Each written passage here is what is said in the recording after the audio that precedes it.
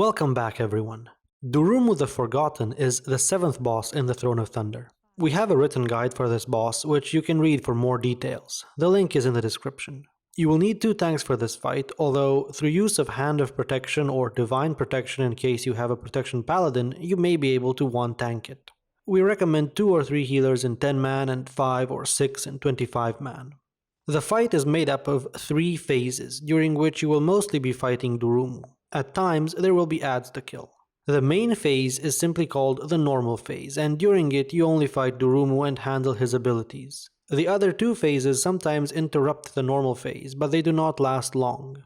One of them is the Colorblind Phase, during which your raid will need to move 3 cones of light around the platform, all while being careful to reveal some adds and keep others hidden. The other phase is called the Disintegration Beam phase. During it, you will have to run around Durumu to avoid a damaging, rotating beam he creates.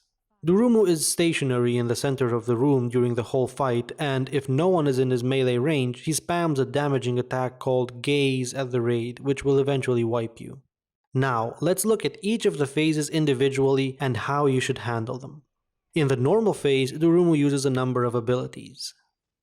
Hard Stare is regularly cast at his current target, dealing damage and applying 2 debuffs to that target. The first debuff is called Serious Wound, and this is a stacking debuff that reduces healing received.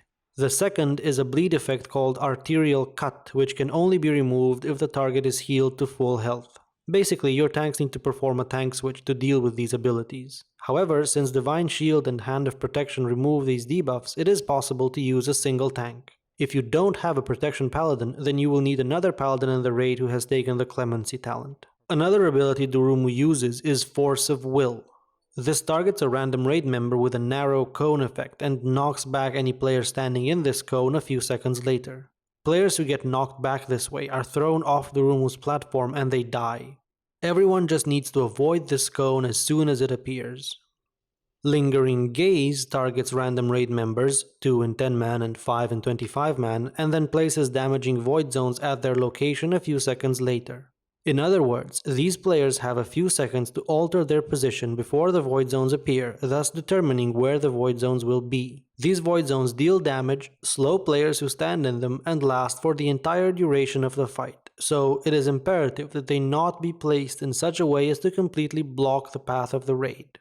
During the Disintegration Beam phase, as we will see, being able to run all around Durumu is important, so the void zones should never be placed in a way that obstructs this. Life Drain is an ability that Durumu starts casting later on in the fight, after which time he uses it with regularity. He summons an unattackable NPC called a Hungry Eye, which channels Life Drain on a random raid member. This deals increasing damage to that targeted player the longer the eye channels on them, and heals Durumu for an amount based on the damage it deals. The beam that the eye channels into the player can and should be intercepted by other players walking in its path. Doing so resets the increased damage dealt by the beam and in turn greatly reduces the healing that Durumu receives from the eye.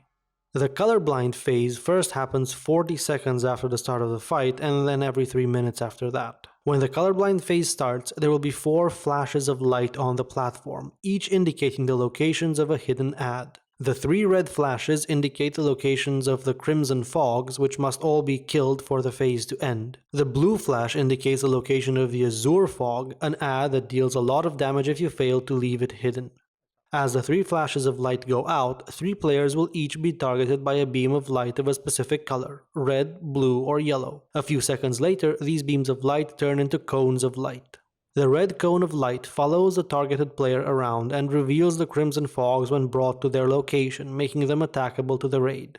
The blue cone of light also follows the targeted player around and reveals the Azure Fog when brought to its location, making it attackable but causing it to start dealing a lot of damage to the raid. The yellow cone slowly moves around the platform on its own. Each of the cones deals shared damage to players who stand in it. If no player other than the targeted player stands in a cone, then the cone will deal a high amount of raid-wide damage. In short, you should have your raid split up into 3 groups and make sure that each group stays inside one of the cones. For reasons that will soon become apparent, we advise having healers in the blue cone, melee DPS in the red cone, and ranged DPS in the yellow cone. Tanks should stand in a different cone than the melee DPS, so that the boss will sometimes face away from the melee DPS, allowing them to do more damage to him while they are not busy with adds. So during this phase you have 3 goals. Firstly, have the player with the red cone find and reveal the Crimson Fogs. As soon as the Crimson Fog is revealed, your DPS player should quickly kill it. Once it is dead, the cone should be moved in search of the next Crimson Fog, and so on until all 3 are killed. Having melee DPS in the red cone will make it easy for them to attack the Crimson Fogs. While revealed, the Crimson Fogs deal damage to random raid members, but that's just something that needs to be healed through. Secondly, make sure not to reveal the Azure Fog. Have the player who has the blue cone on them stand still and not move the cone. If your healers are standing in this cone, then it is easy for them to heal since they never have to move. Thirdly, make sure that everyone is properly soaking the damage of their respective cones and that players account for the movement of the cones and don't slack behind. We advise someone to pay attention before the phase starts to where the flashes of light are so that they can tell the player targeted by the blue cone where to absolutely not be standing. That is to say, where the Azure Fog is. Also, be mindful of the fact that if a cone of light is moved from the location of a revealed add before that add is killed, the raid will take a lot of damage, so the players controlling the cones must make sure that each revealed add dies before they move along. The disintegration beam phase first happens about 2.5 minutes into the fight and every 3 minutes after that. During this phase, Durumu does not use any of the previously mentioned abilities. The phase starts with Durumu channeling a beam of light in front of him. For the first 15 seconds or so, this beam is harmless. During this time, the floor of the room slowly gets covered by eyesores, which deal massive damage to anyone standing in them.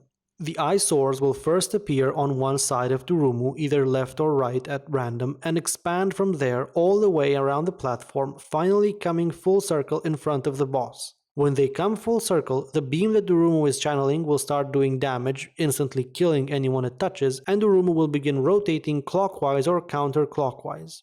If the eyesores first appeared on his left, then he will rotate counterclockwise, and if they appeared on his right, then he will rotate clockwise. The eyesores basically form a maze, with 2 safe paths that your raid can walk in, one in melee range and one farther away. Melee players should walk through the melee safe zone while ranged players should use the other one. There is not much time between when the safe zones appear and when Durumu's beam reaches them, so players must be ready to move into the new safe zones as soon as they appear. Once this phase ends, the normal phase restarts, followed by another colorblind phase and so on until the fight ends. That's it for this fight. Thank you for watching, please subscribe, and remember to check our written guide or our forums if you have any questions.